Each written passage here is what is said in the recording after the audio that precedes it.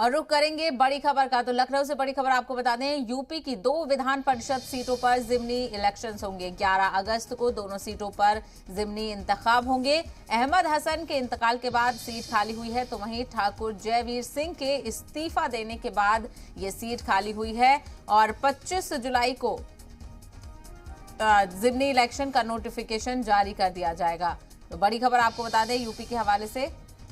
मजीद तफसील हासिल करेंगे हमारे नुमाइंदे अहमद हुसैन इस वक्त हमारे साथ जुड़ गए हैं। अहमद, 2 सीटों पर जिमनी इलेक्शन, क्या लगता है किस तरीके का रद्द-ए-अमल और किस तरीके की तैयारी जमीनी सतह पर? हाँ बिल्कुल, देखिए 2 सीटों पर उपचुनाव होना है और ये जो 2 सीटें हैं वो एक अहमद हसन की खाली हुई थी और एक ठाकुर जयवीर सिंह जो हैं जिन्होंने इस्तीफा दे दिया था, तो उनकी खाली हुई थी। हालांकि जो अभी इनका कार्यकाल था, क्योंकि अहमद हसन समाजवादी पार्टी के कद्दावर नेताओं में गिने जाते थे और उनका इंतकाल हो गया था और उनका जो कार्यकाल था वो 30 जनवरी 2027 तक था।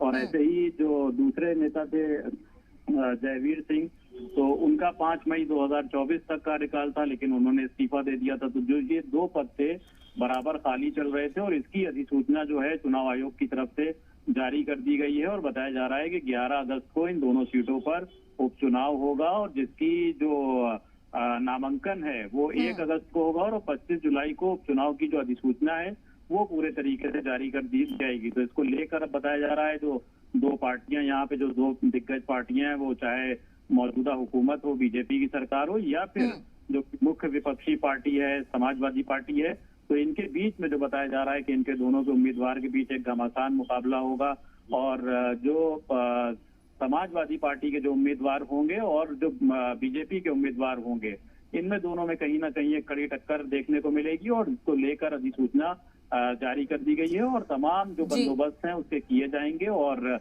जल्दी उपचुनाव के जो नतीजे हैं वो हम लोग के सामने आएंगे। बिल्कुल, तो 25 जुलाई को नोटिफिकेशन जारी हो जाएगा, तो वहीं 11 अगस्त को ये इलेक्शन होंगे। देखना ये होगा क्या कुछ निकलकर सियासत में यूपी की सामने आता है। तफसील के लिए बेहद शुक्रिया।